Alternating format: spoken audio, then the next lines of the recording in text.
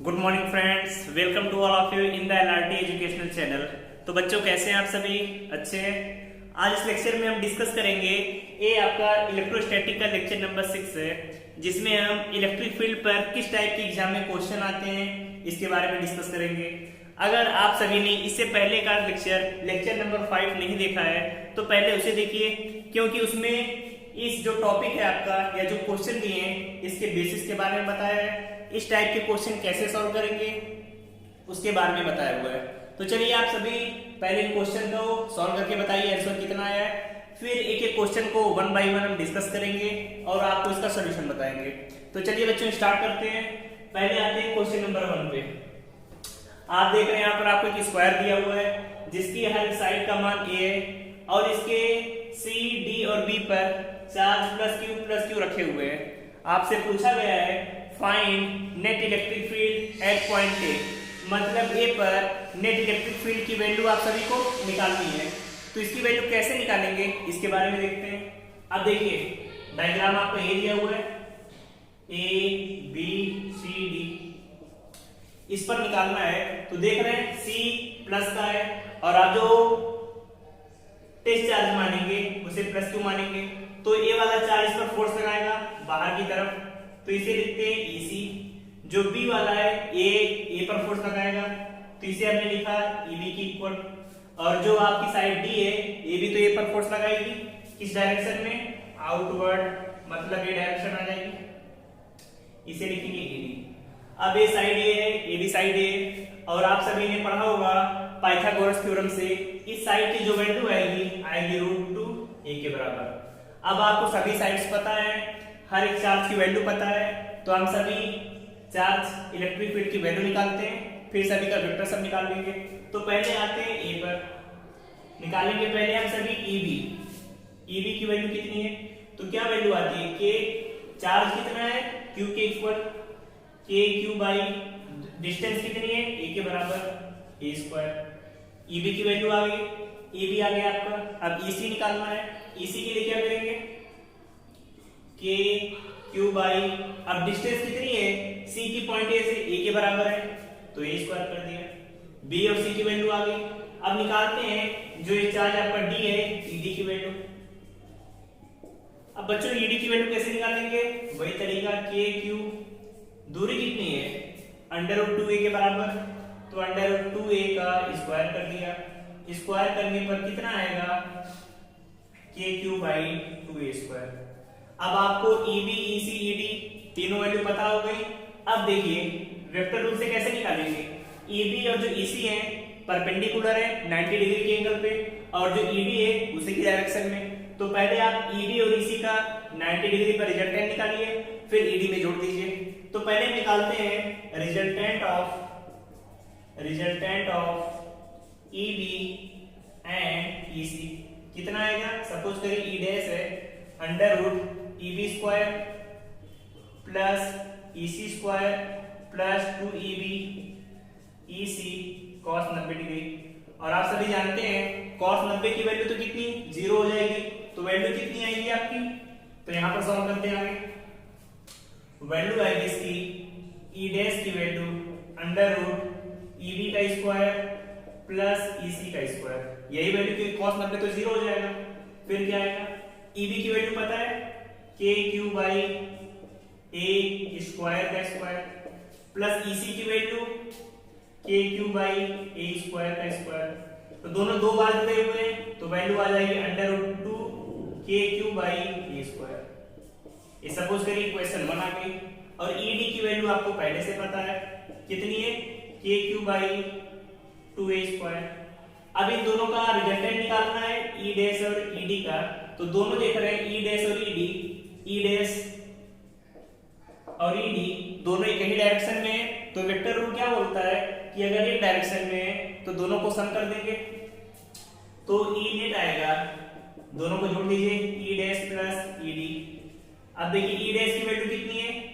√2 KQ by a², और ED की value कितनी है? KQ by 2a²। तो दोनों में कुछ कॉमन दिख रहा है आप सभी को? क्या कॉमन है?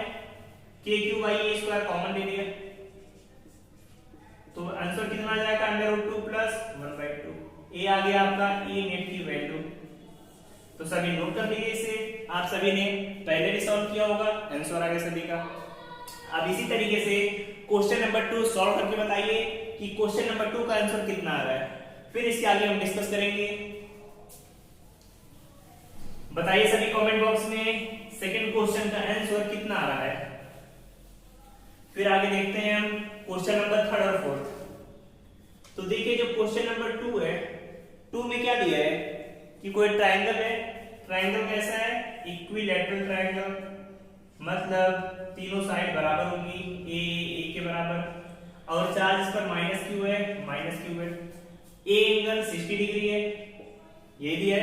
तो आपसे पूछ रहा है जो ये पॉइंट ए है इस पर नेट इलेक्ट्रिक फील्ड निकालना है। अब देखिए नेट फील्ड के लिए आपने क्या किया, कोई टेस्ट चार्ज प्लस क्यू मान लिया। अब ये जो माइनस क्यू है क्या करेगा, एक प्लस एक माइनस है तो अट्रैक्ट करेगा, तो इधर वैल्यू ई भी आ जाएगी, यही तो बताया था सभी को। फिर सी और ए है, ए प्लस है माइनस है, अट्रैक्ट करेगा, वैल्यू कितनी आ जाएगी, ई सी के बराबर।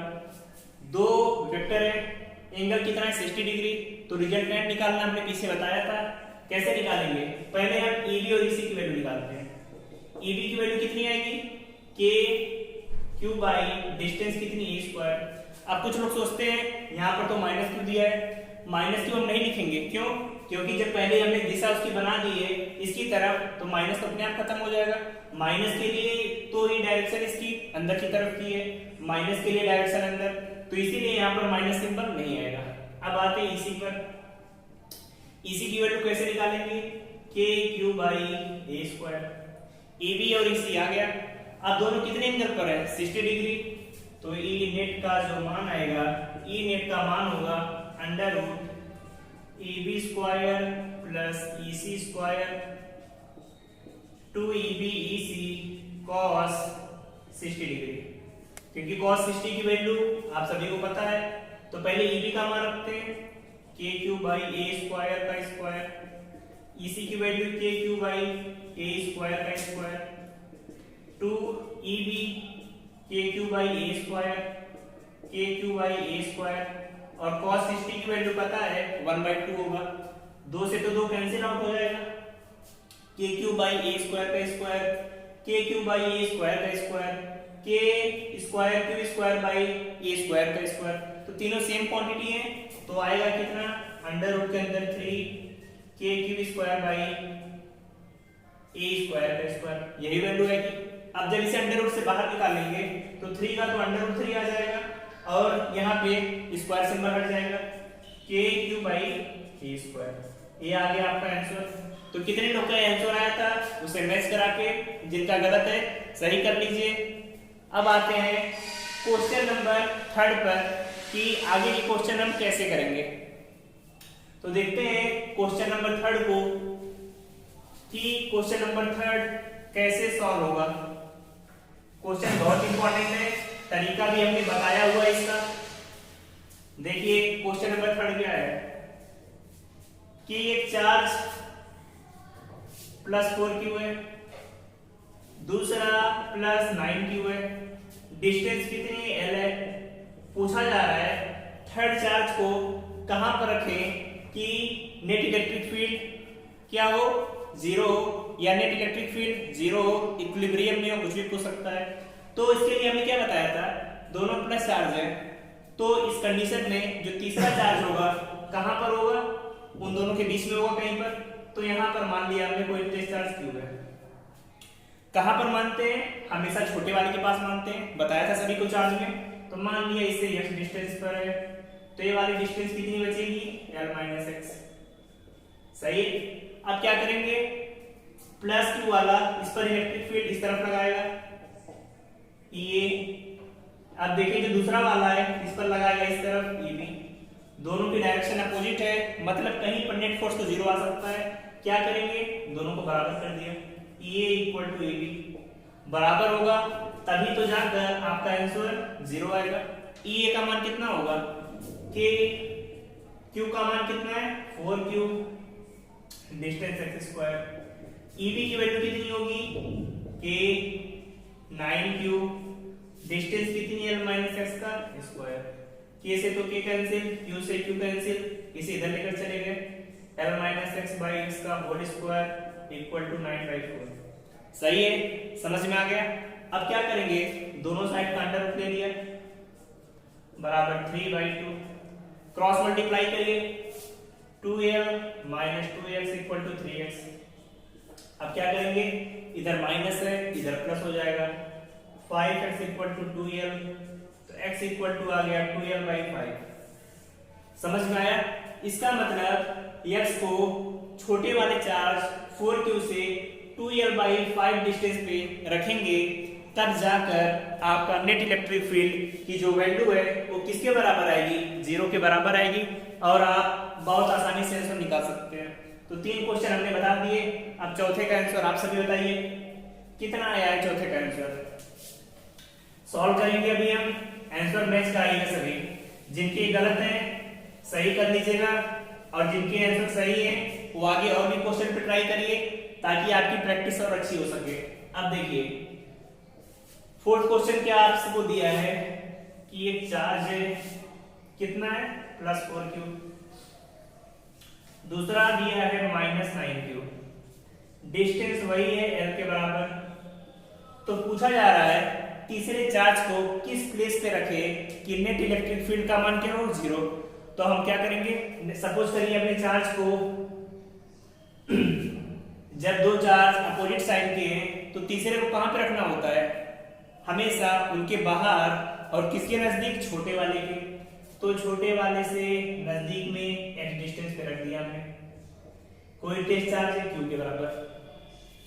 अब तो प्लस है, प्लस तो क्या करेगा, बाहर की तरफ फेंकेगा इसे, सपोज करिए इसे E1, ये माइनस है ये प्लस है तो अपनी तरफ बुलाएगा इसे E2। देख रहे हैं दोनों इक्वल एंड अपोजिट है, मतलब मान कहीं ना कहीं तो 0 आएगा। कहां पर आएगा उसे देखते हैं अभी। अब E1 की वैल्यू किसके बराबर होगी, के E1 की वैल्यू निकालनी है कि चार्ज कितना है 4q, डिस्टेंस x का स्क्वायर।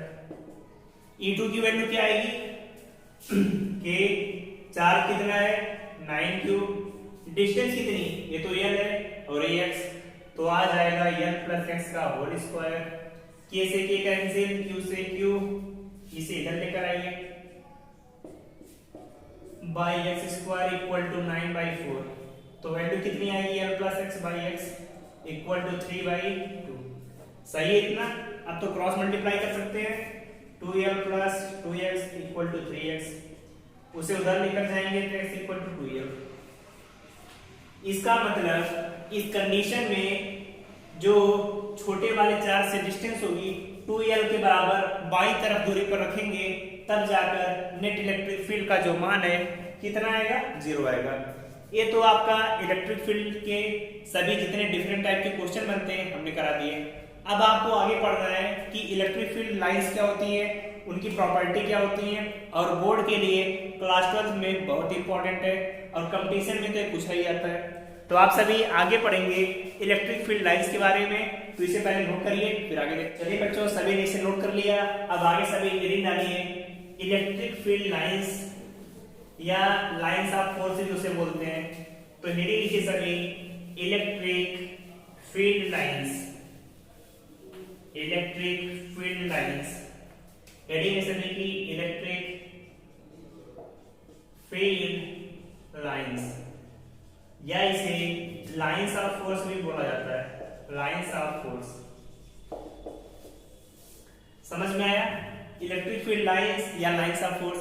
इसकी प्रॉपर्टी हमने आपको जब इलेक्ट्रिक फील्ड के बारे में बताया था तो वहां पर आप सभी को बताया था, जैसे कोई भी प्लस चार्ज है तो क्या होगा, इसके पास अगर किसी टेस्ट चार्ज को लेकर आते हैं तो क्या होता था, उसे बाहर की तरफ भेजता था। कोई भी चार्ज लेकर आएंगे तो बाहर की तरफ भेजता था। तो यहां से समझ में क्या आ रहा है कि हर एक चार्ज के पास अपना खुद का एक एरिया होता है, जहां पर वो किसी चार्ज को अगर सेम टाइप का है तो रिपेल करेगा। यहीं पर -q चार्ज होता तो उसे अपनी तरफ खींच लेता, यही तो था। अब इलेक्ट्रिक फील्ड का फार्मूला भी बताया था हमने आपको, E इक्वल टू होता है KQ/R², मतलब electric field is proportional to 1/R²। जैसे दूरी बढ़ेगी इलेक्ट्रिक फील्ड का मान क्या होगा, कम होता चला जाएगा। डायग्राम से हमने दिखाया था ई आर है। तो इस तरीके से दूरी के बढ़ने से ई का मान बहुत तेजी से कम होता चला जाता है। अब देखिए इसके आगे क्या करेंगे हम। अब पहले पढ़ते हैं इलेक्ट्रिक फील्ड लाइंस की डिफिनीशन के बारे में, फिर कैसे निकलेगा, कहां पर ये होगा और कैसे कैसे इसकी वैल्यू चेंज होती है, सभी के बारे में डिटेल में देखेंगे। तो पहले डिफिनीशन लिखते हैं इसकी कि इलेक्ट्रिक फील्ड लाइंस क्या होती है। तो लिखिए सभी, electric field lines, electric field lines are the imaginary line drawn through a region of empty space such that tangent drawn at any point represent the direction of electric field। इसका मतलब क्या है कि जो इलेक्ट्रिक फील्ड लाइंस होती हैं ये real में नहीं होती है, इमेजिनरी। ये हमारी सोच है कि हमें लगता है कि अगर कहीं पर हमें इलेक्ट्रिक फील्ड को दिखाना है तो उसे हम इमेजिनरी लाइन की हेल्प से दिखा सकते हैं। जैसे प्लस क्यू चार्ज था तो हमने यहाँ पे दिखा दिया, एक लाइन है। ये रियल में ऐसा नहीं बनता कि कोई चार्ज है तो वहां से लाइंस जा रही है, ये हमारी इमेजिनेशन है, हमारी कल्पना है कि यहाँ से चार्ज ऐसे लाइंस निकल रही होंगी और ये जो इसकी डायरेक्शन है ये इलेक्ट्रिक फील्ड की डायरेक्शन को दिखा रही होगी, और जो इसकी लेंथ है इलेक्ट्रिक फील्ड की मैग्नीट्यूड को दिखा रही होगी। ऐसा हम सोचते हैं, रियल में ऐसा नहीं होता।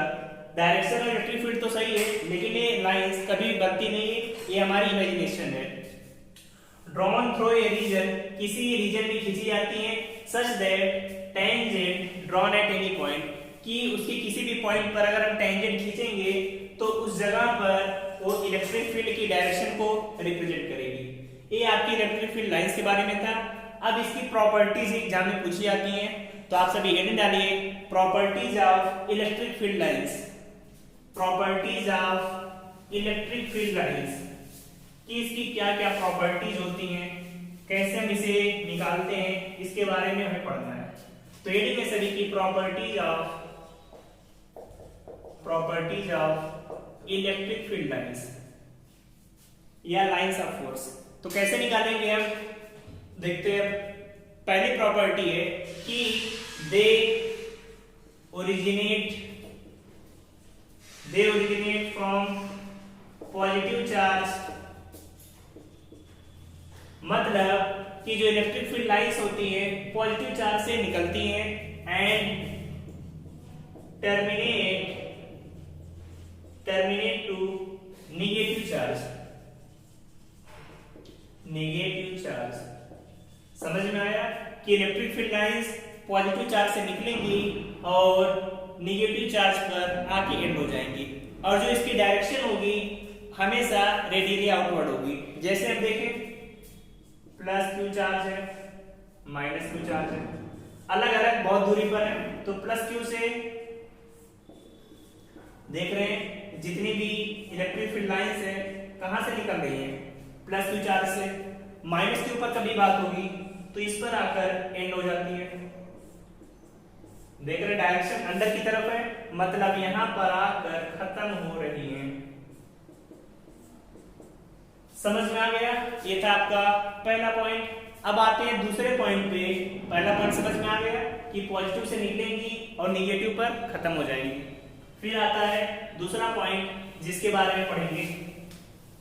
तो दूसरा पॉइंट है electric field lines never form a closed loop, कि ये कभी भी क्लोज्ड लूप नहीं बनाती, ये हमेशा ओपन लूप बनेगा। जैसे जिन्होंने मैग्नेटिक फील्ड लाइंस के बारे में क्लास 10th में पढ़ा होगा तो वहां पर देखा होगा कि जो मैग्नेटिक फील्ड लाइंस होती हैं नॉर्थ से निकलती हैं साउथ पे चली जाती हैं और उसके अंदर साउथ से नॉर्थ पे आती हैं तो हमेशा क्लोज लूप बनाती हैं, लेकिन कभी भी electric field lines close loop नहीं बनाएंगी। जैसे दो चार्ज को रखा हमने, एक प्लस क्यू है एक माइनस क्यू, तो क्या होगा प्लस से तो रेखाएं निकलेंगी रेडियली आउटवर्ड, लेकिन निगेटिव पर क्या होगा आके खत्म हो जाएंगी, निगेटिव पर आके खत्म। इसके अंदर कभी भी निगेटिव से पॉजिटिव पर नहीं आएंगी, ये यहां से जो निकलेंगी यहां पर आके खत्म हो जाएंगी, यहां से निकलेंगी यहां पे, लेकिन कभी भी एक इसके अंदर से नहीं जाएंगी, बाकी इस तरीके से रेखाएं निकलेंगी और यहां पर आके एंड हो जाएंगी, लेकिन कभी भी एक क्लोज लूप नहीं बनाएंगी। क्लोज लूप का मतलब इसके अंदर से यहां पर नहीं पहुंचेंगी। समझ में आ गया सभी को? ये तो प्लस माइनस के लिए था। अगर यहीं पर दो प्लस चार्ज है प्लस क्यू तो पता है दोनों चार्ज प्लस प्लस है तो इनमें क्या होगा हमेशा रिपल्सन ही तो होगा, प्लस क्यू से लाइंस निकलेंगी, प्लस क्यू से लाइंस, लेकिन जैसे इस फील्ड में पहुंचेंगी तो यहाँ पर क्या होगा ये प्लस प्लस दोनों करेंगी तो इसकी रेखाएं कुछ डेविएट हो जाएगी ऐसे, यहाँ पर तो कोई प्रॉब्लम नहीं है, लेकिन यहाँ पर लाइंस इस तरीके से डेविएट होती चली जाएंगी।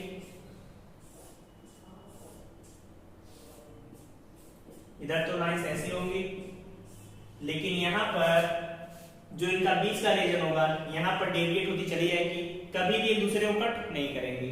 आगे फिर थर्ड प्रॉपर्टी पढ़ते हैं कि जो इलेक्ट्रिक फील्ड लाइंस होती हैं कभी भी एक दूसरे को कट नहीं करेंगी। तो थर्ड प्रॉपर्टी नोट करिए सभी कि electric field lines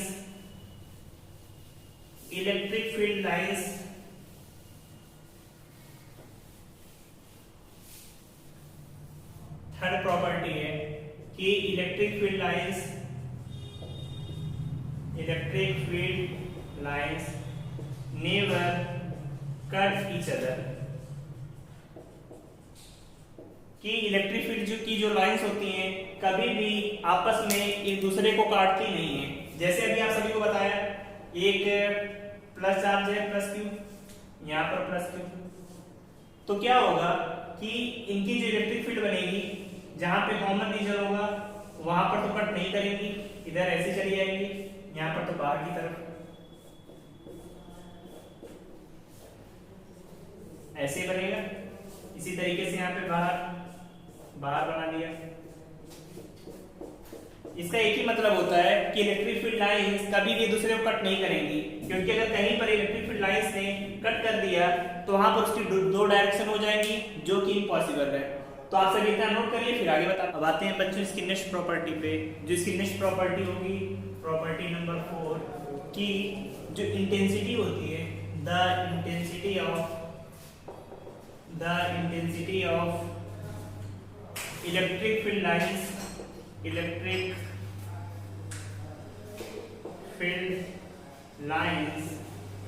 represent the magnitude of electric field।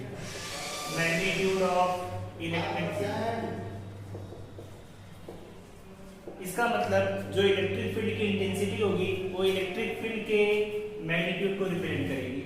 जितनी ज्यादा डेंसिटी होगी ज्यादा वो मैग्नीट्यूड ज्यादा होगा, डेंसिटी कम होगी तो मैग्नीट्यूड कम होगा। जैसे चार्ज के यहाँ पे पास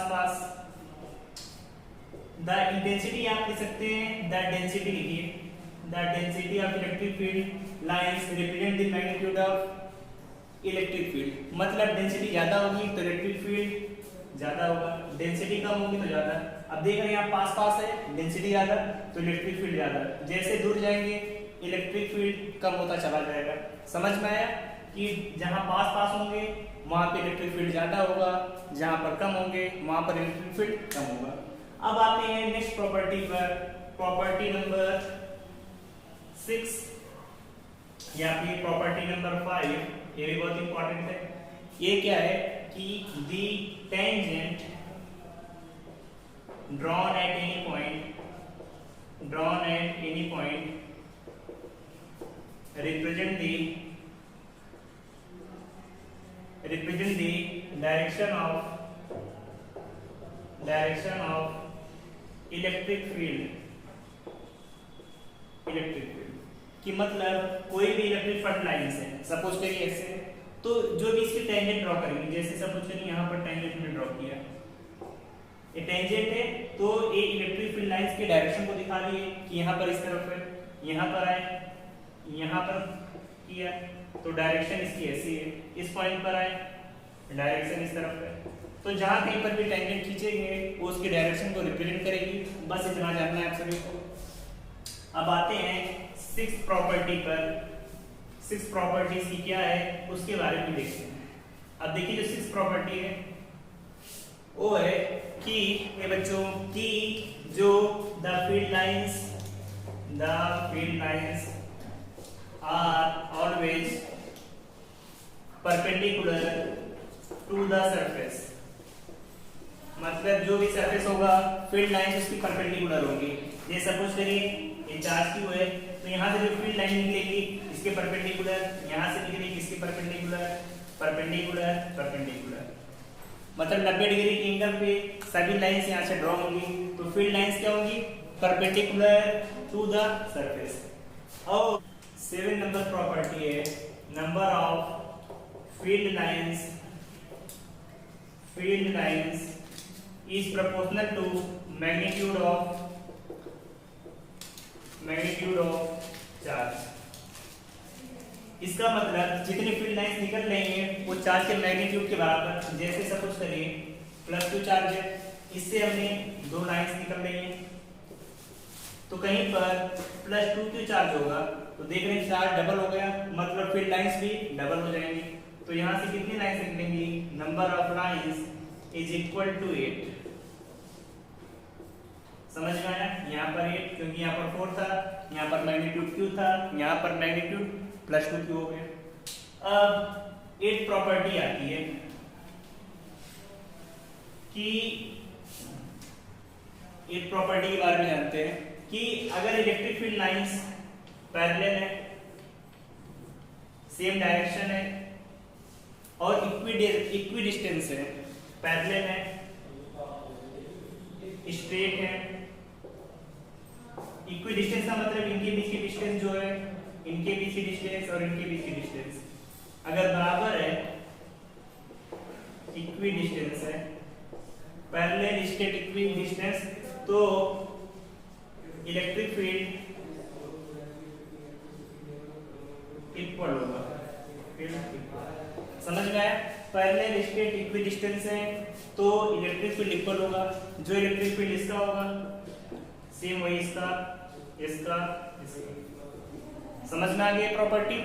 अब ये प्रॉपर्टी इसके बारे में पहले भी आप सभी को बताया था कि पॉजिटिव से इलेक्ट्रिक फील्ड हमेशा रिपेल हो जाता है। जैसे कहीं पर +2 चार्ज है तो इलेक्ट्रिक फील्ड लाइंस जो जाएंगी यहाँ से वो पॉजिटिव से क्या हो जाएगा, पॉजिटिव दूर की तरफ निकल जाएंगे, पॉजिटिव से दूर की तरफ,